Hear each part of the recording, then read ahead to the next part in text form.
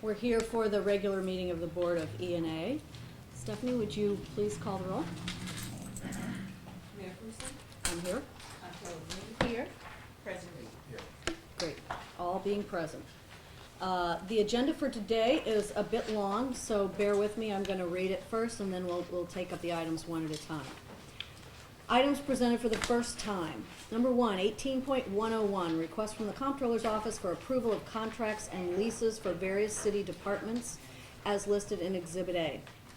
2, 18.102, request from the Comptroller's Office for approval of transfers between capital improvement funds listed on Exhibit B. Number 3, 18.103, request from the Director of Airports for approval to destroy records on the attached list that have received their retention period for disposal. Number 4, 18.104, request from the Director of Airports for approval of Board Bill 75. This ordinance authorizes the transfer of up to $3 million from the Airport Debt Service Stabilization Fund to the Airport Development Fund to make funds available for Coldwater Creek Emergency Repairs Phase 2. 5, 18.105, request from the Director of Airports for approval of Board Bill 74. This ordinance authorizes the Public Works and Improvement Plan for a total estimated cost of $6 million. 18.106, request from the Budget Director for approval of Board Bill 77. This ordinance is a supplemental appropriation for FY18, appropriating $3.2 million in local use tax and gaming fund revenues to address certain extraordinary expenditures incurred in the current fiscal year. Number 18.107, request from the Budget Director for approval of the response to the Ways and Means letter dated June 4th, 2018, regarding proposed amendments to Board Bill Number 1 relating to the City FY 2019 budget. Number 8, 18.108, request from the President of the Board of Aldermen's Office, Chief of Staff for approval of Board Bill 64. This ordinance pertaining to the City Public Transit Sales Tax Trust Fund, Account 1, appropriates $11,560,000 to the Bi-State Development Agency for FY19 pursuant to Ordinance 63-168, approved 8/2/1994. Number 9, 18.109, request from the President of the Board of Aldermen's Office, Chief of Staff for approval of Board Bill 65. This ordinance pertaining to City Public Transit Sales Tax Trust Fund, Account 2, appropriates $11,560,000 to the Bi-State Development Agency for FY19 pursuant to Ordinance 63-168, approved 11/4/97.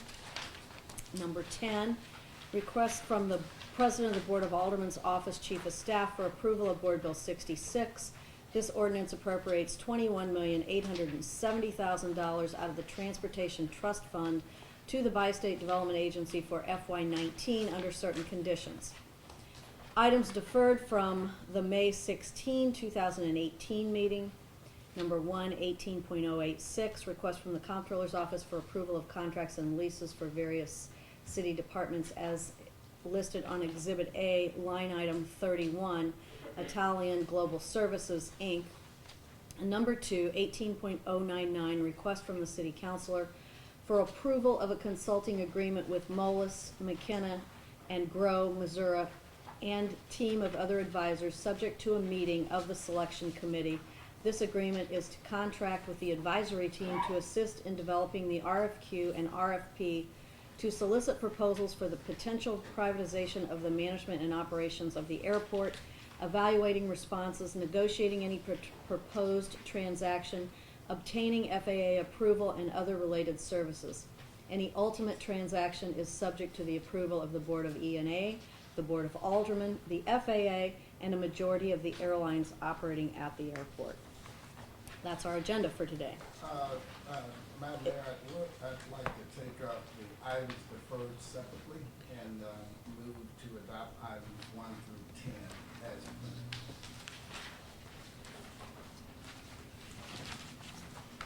Okay, I agree that we should take up items 1 and under the deferred items separately. What I was going to do, but I'm willing to certainly change, I was going to take up item number 1, the deferred item. prior to the? first, if it's not agreeable, we can do it, just because we have a lot of people standing and, Oh, but I'm happy to do it in another order if, is that I okay with you? Yeah, yes, All I right. withdraw my Motion? for, Okay. items 1 through 10. So, item number 18.086 is, on the deferred item list, is a request for approval of contracts and leases from various city departments, line item 31, Italian Global Services. If I could make a motion to approve that, I have a few things to talk about before we get to the approval. Is that agreeable? Could I make a few comments about that first? Yeah. Without a motion? For discussion purposes. For discussion purposes, All right. thank you. So, I make a motion for, that we discuss item number 18.086. Just a motion for discussion purposes. Thank you. So one of the things that I wanted to say about this, and as I think many of you know, this is a proposed contract for the cleaning services at Lambert International Airport. What's being proposed here today is a 3-year contract. I know in our last meeting last month, you were gonna do some research on this. When we left here, you were gonna research some items. I think there are potentially still some outstanding questions about this. The motion that I would like to make today is that we, well, let me back up and say, we're spending right now, if we don't approve this contract, and this has been pending for a while, we're spending about $50,000 additional every month. That's $600,000 a year additional that we're spending now, that if we were in this contract, we would not be spending. And so what I'd like to do is make a motion that we approve this contract for 1 year, so that we can save the $50,000 a month that we're spending now, and that then it could be renewable for 2 more years. It's being proposed as a 3-year contract, but we would only be approving 1 year today, which is really in a just to save the $600,000 that we would spend over the next year if we didn't approve this contract. So, I have a couple questions.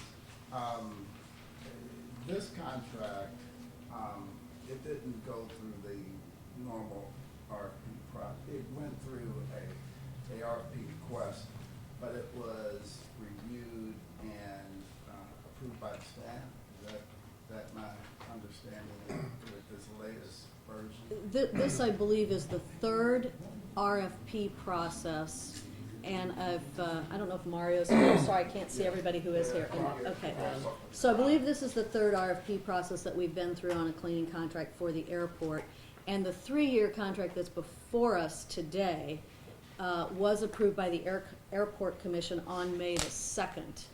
But it made its way to the Airport Commission due to staff review opposed to, the RFP team. I think Ron may have the answer. Did this go through the normal process, Ron, or does this go through a different Went through process? the correct and normal procurement process for this contract. The city has ordinance 64-102 that covers professional services. This is not a professional service as determined by the ordinance. So anytime anything other than a professional service covered under 64-102, the proper procurement is lowest and best bid. This followed to the T our past practice and our proper procurement practice. What was the selection committee that it go through? Selection. Well, the process is we set high qualifications, very high qualifications. Okay? And then we award it to the lowest and best bid. But That is who is the we? technically it falls on me. I make a recommendation to the airport director. The airport director brings it forth to the airport commission in Okay. consultation with the business diversity department to make sure they have good faith No, efforts. that's what I mean. So, typically in these RFPs, you have appointees, the comptroller has appointees, and my office has appointees to review those RFPs and to confirm and then they move forward. Appears that this one went through just the staff's approval along with the airport director. But putting all that aside, But I just respectfully, that is the way we've always done it, and I follow the proper procurement process. If we need another procurement process for this, I think we need to revise the ordinance. It's not a professional service, it never has been a professional service. you know, we can. That's we for can another debate. time. Yeah, we can debate. That's for another time. But the reasons that I wouldn't support it before and didn't support it at the airport commission still remain today. And that's because there wasn't enough minority participation, specifically African American participation. That was one of the items. There's still, this company has been sued for discrimination. They've been sued for, safety on the job and a number of other things. And when we look at all the companies that we can choose to enter into a multi-million-dollar contract with, I just think that I think we should go back to the drawing board. I think that we should have. I think we should put this thing out and try to get a good company. For the fourth time. The other Is it fourth? times I can't Yeah. speak to that. And part of the reasons we probably continue to have to come back is because of the procurement process that we're going through. Okay.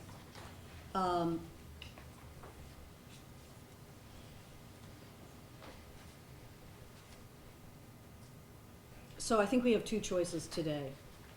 We know where you are. I do want to point out that there have been a couple of changes to the contract since we saw it last month. One of those changes, and this is in your packet, specifically says that the contractor shall comply with all federal, state, and local laws pertaining to its employees and its subcontractors' employees' right to join or form a union. I believe employees always have that right, but I think it's a good idea to restate that, confirm that in the contract. So that has been added to the contract. The other thing that has been changed in the contract, and I think this was in response to some of your comments, President Reed, is that there's 36% minority participation, 37% minority participation in this contract. 16.5% of that is African American. 20% is an MBE who qualifies as a Hispanic MBE. So there's 36%. There's 6% women-owned business. So last month when we were here, the Regency's contract has been increased by about 5%. I think it was 4.8 something, 4.9%. So I just do want to point that out. So the difficulty, I think, with this is that we've been operating under an emergency contract order for about the last 18 months, and that's been okay, but it's also been very, very expensive to do it in that way, which is why we're trying to get into contract. So the bid process hasn't been because of strictly because of the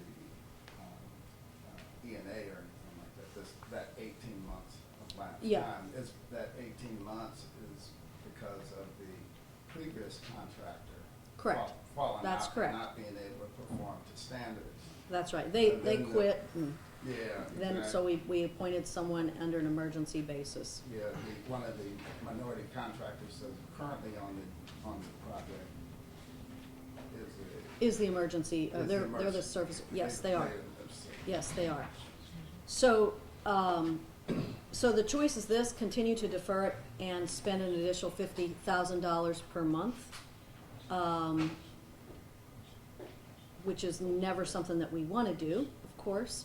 Or what I was suggesting is approve this contract for 1 year, and with two renewals, which I think is a reasonable way to save $600,000, which is a lot of money. Although this contract is about $13.5 million, in total for 3 years, so we'd be approving $4,427,000 and one dollar, if we agree to approve it for 1 year. Okay, one thing, I just wanna, I didn't have the information last time, but it did come up. This contract, we have the ability, no clause, to cancel it within 30 days. Right. So if there are violations that are proven, we have no problem going out to bid and finding a better contractor. So, Well, if it turns out that this, yeah, we get that, we have yeah, we get that. 30 days. Yeah, but Yeah. again, that's why we're Okay. where we are now. No, I understand that. That's why we're where we are. I understand that. So, And, you know, I guess I would just say this, just because we've always done it this way does not mean, that's irrelevant, I think. Yeah. But this board has been approving contracts from the airport for many, many, many years under a similar process. So if that needs to be researched, revisited, certainly open to doing that. I've been here for a year and a couple of months, and we've done it like that, but, so if there's a new process, then we ought to bring that forward and consider that. So- I think part of it is the definition of professional services and when Could we be. decide to move those things over. To not have them go through a quote-unquote typical Okay. RFP commission. Yeah, I wish you would have brought that up, you know, sometime in the last 18 months. I wouldn't, it hasn't been before us for 18 months. I know, but if we needed to do something different. So, I think I have a motion on the table to approve this contract for 1 year. Is there a second? No, that was for discussion. Purpose. That was for discussion. Well, maybe I need to restate this then. I move that we approve this contract for 1 year for $4,427,000. Second, Is there a second? Second? Okay. and discussion? Yeah, you guys can. More discuss it. discussion, I'm- yeah. I'm a no vote on it, I want everybody to be We clear. got that. And I'll issue a statement to both of you so you can. That's fine, sure. So what I'm hearing is the ordinance 64102 would be your preferred process Yes. as opposed to the bid process, No, it would still go through an RFP, but it's different but kind then of it, process. but then once it comes back through the RFP, the selection committee would be beyond just So it the wouldn't be airport the staff. necessarily lowest and best bid process the would be. way, no, I'm just that. Well, let me restate, the RFP process versus the, is it a RFQ? Vendor. Solicitation for bid, Solicitation, SFB. thank you, it would be different than a solicitation, I was just trying to get Yes. the difference, Yes. okay. So, So this is not, because we do at the transportation center, the RFP process, we adhere to the service contract, and we adhere to 64102 is what you're suggesting, and so we had mentioned that to you, so I just wanted to get it clear, because there is a difference that the city itself, in terms of the operations of one transportation facility and another transportation facility, just wanted to make that point.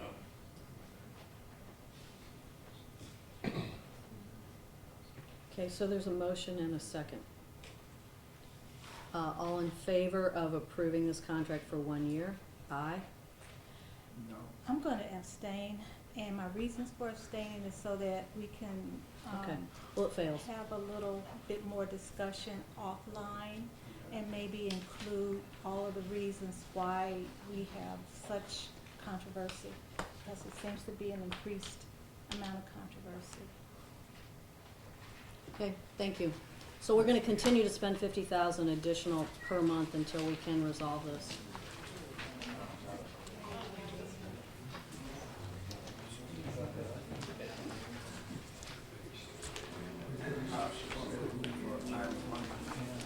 Well, we have another deferred item. Unless you want to do. I'm fine with doing the 1 through 10 is the budget.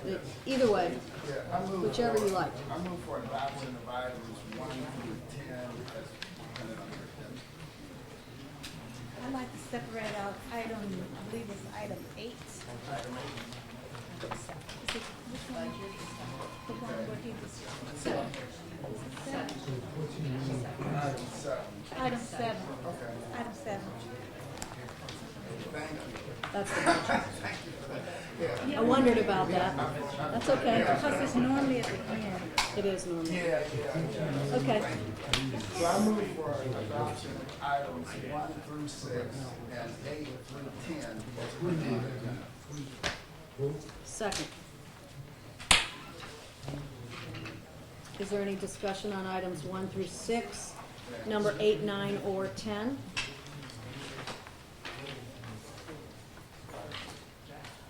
No? Okay. All in favor of items 1 through 6, number 8, 9, and 10, please say aye. Aye. Okay, those items pass. We have 2 items left on the agenda. I would suggest that we take up item number 7, which is the budget.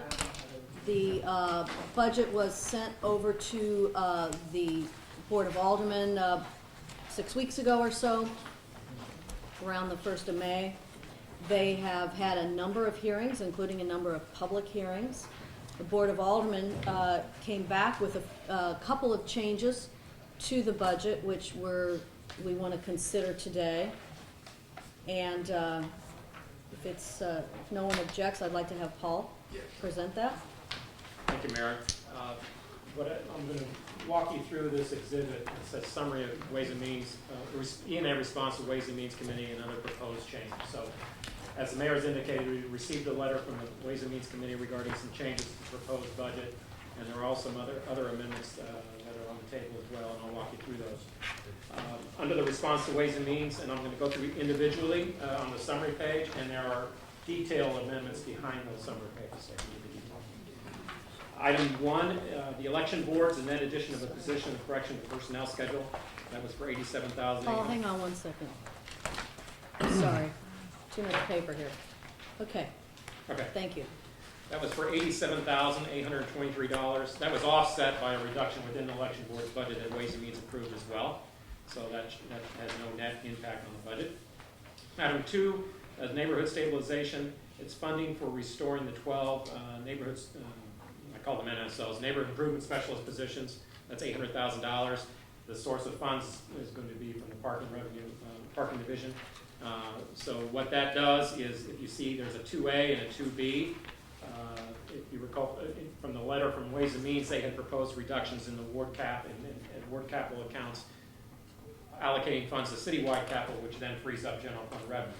Well, with the $800,000 infusion from the parking meter division, that negates the need for that reduction. So what this is be doing, 2A and 2B, would be restoring those reductions that were approved by Ways and Means. Item number 3, the Communications Division funding for supplies. This was also another request from the Ways and Means Committee to add $100,000 to the Communications Division for various equipment items. The proposed reduction to offset that was $100,000 from the use tax fund for the building division, building demolition. Now, in order to get those funds, however, there's no direct connection between the two funds. So there was a reduction in the police budget on the general fund side and an increase in the use tax side on the police budget. No net increase in police, but just an offset in order to get the funds to where they needed to be from that. So that was 3A and 3B. And finally, on item 4, the citywide capital fund, that was also, that $616,000, that was also restoring a cut associated with the previous proposal to reduce city ward capital accounts. So that would be restoring that cut. So in the other proposed changes, under item 5, it's the towing division, $250,000 in fleet vehicles, and those again were funds identified to be coming from the parking meter division to pay buy vehicles. Item 6, $650,000, that's the police department, 1 system development manager and 2 criminalist positions funded with other reductions within that department. So the bottom line change is 0, but there were reductions within that department to fund those positions. Item 7, Department 340, that's the Treasurer's Office of Financial Empowerment. That was a correction to their college savings program amount of $13,000, and again, that is funded through parking meter funds. You can see in the revenue down below, it is funded by $13,823 in increase in parking funds. Item 8 is Department 711. It's an addition of a health marketing administrative position to one of the health grants, and again, that's funded through 1166 grant fund, so that is the source of funding for that. And item 9 on that list, citywide accounts, reappropriation of the unspent FY18 funds from the economic development sales tax. If you recall, in that particular fund, there were 3 accounts allocated 10% of those proceeds to be spent by the Economic Development Sales Tax Board. Those have not been spent in the current fiscal year. In order to keep that appropriation, we need to reappropriate those amounts for next fiscal year. So that would be an addition of $3.3 million to that fund. Item 10 on that list, that is not actually a dollar impact, but it does include all the detailed accounts for the ward improvement accounts. When it came through the first time, there's just a lump sum for the wards, and now you actually have the detailed accounts for each ward, as well as the neighborhood parks funds from the Metro Parks accounts that were approved by the Parks Committee and the Board of Aldermen. So those are all the increases and decreases. You can see the Ways and Means reductions there, which would be balanced out. And so the net increase in budget, general fund would go up by $950,000, offset by $100,000 reduction in the communications revenues and a $1,050,000 increase in parking revenues. Net increase in local use tax fund stays the same. The special fund, the Office of OFE goes up by $13,000. The communications fund goes up by $100,000. The economic development sales tax fund goes up by $3.3 million. And that's again just the reappropriation of this year's monies. And then the grant fund goes up by $75,250. And then the capital, there would no net change in capital improvements. Okay, thank you, Paul. I would move that we adopt these changes to Board Bill number 1. Second. And I just want to thank you for putting the time and effort into getting this done, and I want to applaud the agreement that was made regarding the treasurer and the Board of Aldermen committee to receive funds from the parking commission to be used where it's most needed in the city, for city services, restoring the NSOs, purchasing tow trucks. I think that's very important. And I look forward to, in fiscal 19, the additional $10 million that is to be transferred to the city's general fund reserve where it's most needed. Just wanted to make those comments because, we all are one city and we work together, many different funds, but one city. And at this time, we do need those funds in the city's general fund reserve more. Thank you, Paul. Thanks, Paul. Great job. So, there's a motion and a second, I believe. All in favor of these amendments to Board Bill 1 and then sending it back to the Board of Aldermen, say aye. Aye. Okay, good.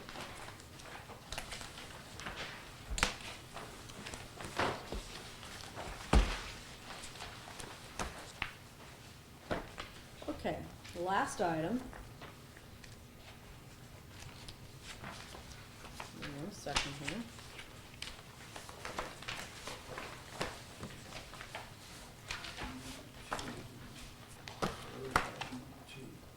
Excuse me? Want me to move for adoption of the third item? Sure. I move for adoption of the third item number 2. Second. So if I might just say a couple of things about that. And this is an item that we deferred from last month, and it is a proposal to engage an advisor team for the purpose of considering whether or not we want to privatize the operation and management of the airport. We don't know if we want to do that or not. We are certainly not going to sell the airport, but this is an advisor team that would take a look at that, and so we would be just at the very beginning of this process. And I think, if we pass this today, I'll say it in the positive, when we pass this today, then certainly there'll be a number of items that will come before this Board of E&A as we go down the road here for the next 18 months, 2 years, whatever this process takes. This is a complex process. No one in the city, I think it's fair to say, has ever done this before, and so we've engaged a team of professionals from both here in St. Louis and around the country in order to guide us through this process. This process would be undertaken at no expense to taxpayers in the interim, and a vote today to start the process does not mean that we are going to lease the airport. What it means is that we're going to explore the idea. I do want to say that, I want to thank the President and the Comptroller for your participation in this process. This has not been easy process because it's complicated, and complicated stuff isn't easy. So, and we shouldn't really expect it to be. So we have, I think, a good team here, and I'm hopeful that we'll all vote today to start the process. So, I want to just also thank everybody that's been involved with all of the various different changes that we've embarked upon across the last several months and working to refine the contract so that we now have, I think a really good level of transparency built into it, checks and balances built into it. We now have increased minority and women business involvement in it. We have some additional insurances in there that protects the asset. So with that, I'm happy to support it today. Again, this is not a because the federal bill calls it privatization. When people look at this, they believe that we're looking to, there's a move to sell there, but it's not. It's entering into a long-term lease agreement, and the asset will be protected, and the asset will remain in the hands of the city of St. Louis. And with some of the checks and balances that we put in place, we can now have a greater assurance that the governance structure moving forward will be a governance structure that would be one that the residents of the city of St. Louis, taxpayers and stakeholders would feel they have a voice in. So, and again, I want to thank everybody that's been involved and really working hard on this thing, because it, like I said, it has not been an easy task to take, and it's not something that you do every day. I don't think it should be easy. It should be. Madam Mayor, will there be an opportunity for folks outside of the Board of E&A to speak on this issue before they vote? No, it's not. I don't believe we've ever done that. No, Yeah. it's not a public. This isn't a public hearing. It's not a public forum. And so you guys done with your comments? Because I want to make a comment. Sure. Because today I'm going to vote no. And Madam Mayor, you did say that this process is a complicated process, and I do agree. But I also need to add that running an airport is a complicated, it's complicated to run an airport. So I just wanted to say that this Lambert International Airport, since 1928, when the city of St. Louis voters approved a $2 million bond issue to buy that airport property and to put this airport into operation, has run in both the good economic times as well as the bad economic times. It has run through a depression. It was a Great Depression, as a matter of fact, as well as many recessions. Currently, this airport is in strong financial position. For the last 31 straight months, it has increased and shown increased passenger growth. It has also shown 2 credit rating upgrades, and it has additionally added international flights. So privatization, I believe, and the thought of a lease for, to a private vendor would possibly disrupt this enormous growth that we're having at this time. I do understand that this was a deal that was not cut during this current administration, but a promise to carry it forward with this current administration. And it was not approved by the Airport Commission additionally. So today's vote, which will probably be 2-1 to pass this, I would say that this is what I would call the political expedient process that would take a public municipal airport and put it into the hands of a private leaser who's not beholden to the citizens of our region, but instead beholden to their shareholders, thus making the bottom line profit as their focus, as opposed to improving the service for our flying public. So with those comments, I just strongly disagree that we need to go through this process. We do not have any examples throughout the United States for any city that has been successful with this process. And I don't believe we should be the first to do this. We are one of the few cities that's grandfathered by the FAA to receive a guaranteed fee from the airport. The city receives this. You guys need to, Elliot, Take please. it outside. Take it outside. Thank you. Okay, you done? I'm not done. Anyway, that's $6.5 million that we receive annually. That would immediately go away. That guaranteed amount goes away that the city collects now to never ever come back again. And that's a savings for our federal government. So what we're saying here is the federal government would be saving the $6.5 million that they now say that the, well, not the federal government, but the airport would save that money.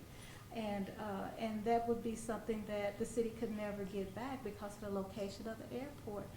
While this particular contract had no guarantees of any financial payments to the city, none whatsoever. There's no guarantees in here at all. However, the deliverables that are in here state things that we already received and that is already going on with our airport.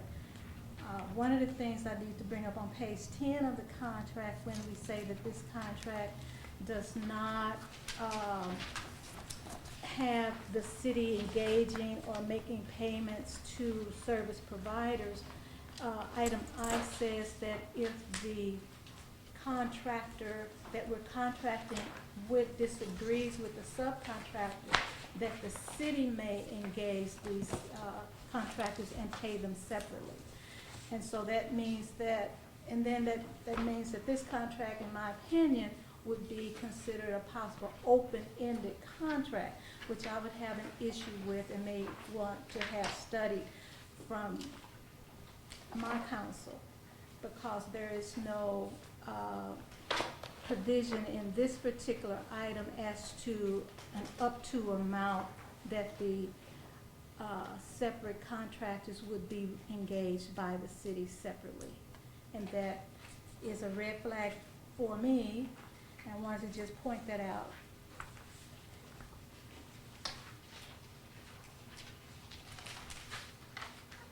Let's see, and then I wanted to get to the deliverables, but I didn't really want to pay too much attention to that page because there was absolutely not one financial guarantee in this contract but except for those financial guarantees to the contractor, the fees that we would pay for a transaction. That's what's here, and it's spelled out very well in many sections of the contract. And oftentimes when the city receives and approves a contract like this, we get exactly what's in here. And for the city right now, it's nothing. And I just wanted to point that out for the record, because I'm sure somebody sometime may come back to listen to the discussion and understand why I'm voting no. And finally, I will say that the subject, it says that the ultimate transaction is subject to the approval of the Board of Estimate and Apportionment, the Board of Aldermen, the FAA, and the majority of the airlines. And what is glaringly left out is the city voters, who actually voted to purchase the land in 1928 to establish said airport. So I would say that if this goes through today, and it looks like it will, and if there's an eventual transaction that would lease this airport, that it should not happen without the vote of the city voters, city voter approval. That should be a mandate. And of course, that's left out of this particular contract, but if I'm not mistaken, it is in the application that was applied for at the FAA. So if you're gonna tell the FAA you're gonna seek voter approval, I think it should be in the contract. And it's not, it's missing, it's absent. Okay. A couple of things I think are important to point out, and that is that, one, there is no proposal before us. And that is very clear to me. I don't know if others around are not clear Yeah, about that. I'm but this sure is, you knew that. This is the RFP. This is to engage people to establish the RFP. Right. But it's very important as to the deliverables that we will want to ask for when we're talking about leasing. So if we're not clear here in this contract, which we are not, then how can we expect to have the kind of lease that is being sold or told to our public? And I want to make those things clear, because if we want to have voter approval, we have to ask them to include it in the RFP. And certainly it is not stated here in our item here on ENA today, and it is not stated in the contract anywhere. But like I said, I believe when the FAA's application was filled out, that it was mentioned that there would be voter approval, public city voter approval sought, and it's not here. So that's a fine point, but it's certainly not a minor point. It's huge. And I want to point that out. And what's also huge here is the payment schedule for those who are contractors versus what this particular lease should gain our citizenry or gain for the region. Of course, those are the kinds of things that will be put into the RFP at the time, but since it's not being requested here as a deliverable, what can we expect the RFP to be requesting when it is going out on the street? So those are just really, really salient, minor points per se, but in the end game, it's huge for what city has built over the last 90 years in terms of the management of a strong asset of the city. It's not a minor asset. It is a strong asset, and it should be taken seriously as opposed to the way I believe it's being looked at. I believe it's being looked at very political, very strict, very expedient. Let's get this done. But then to overlook nearly 100-year of an operation, a city asset that's operating very well now. I just believe it's a very wrong for this board to vote this in today. And I needed to make that very clear. Okay, I have a couple more comments. I'm done. You're done? Okay, great. One, this is just the starting point. There will not only be an RFP, before that there'll be an RFQ. And we are gonna have, there's a working group, and you have a representative on the working group, the president has a representative, I have a representative, Paul Payne's on the working group. budget director's on the working group, the airport director's on the working group, and the chairman of the Transportation and Commerce Committee is on the working group. So there are many, many things to be discussed and decided before we get to the point whether we decide this. I think one of the things I said last time is before we know whether we're even interested in this or not, we have to first get started, and this is just the start of that process. And it's been about 14, 15 months, I think, since the previous, 16 months maybe since the previous administration. So this isn't something that we've rushed into. This has been a long process already to really just determine, do we want to take a look at it? As most of you probably know, about close to half of the airports in Europe are already privately operated. Our own airport has already privatized the operation of our food service. They've privatized the operation of our cleaning contract, of our maintenance on our baggage claim. So there are already a lot of components. And so what this is doing is this is just taking a look at whether or not it's a good idea. And I don't know if we'll get a proposal that we will all want to vote for or not.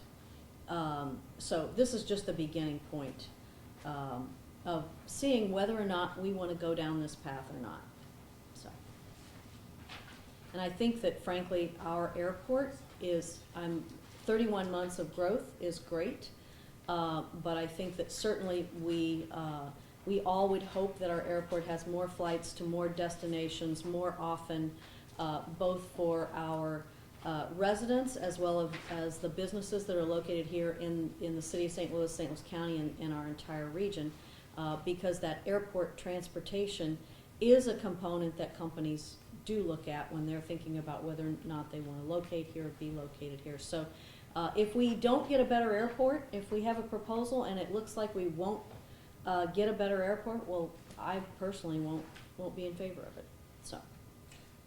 And, the final proposal that would come in, if that proposal does not have the opportunity to be transformative to our city, I'm not going to support it. Yeah. I want to be clear, I'm not going to support it. What I'm supporting today is to give the city of and the residents an opportunity to see if there's any reason to move forward with this. And I understand the comptroller's apprehension. Sure. Okay. Any further discussion? All in favor? Aye. No. And with that, we've approved the contract to hire the airport advisor team. There's no other items before us. Is there a motion to I adjourn? move that we adjourn. Second. All in favor of adjourning? Aye. Opposed? All right. We're adjourned.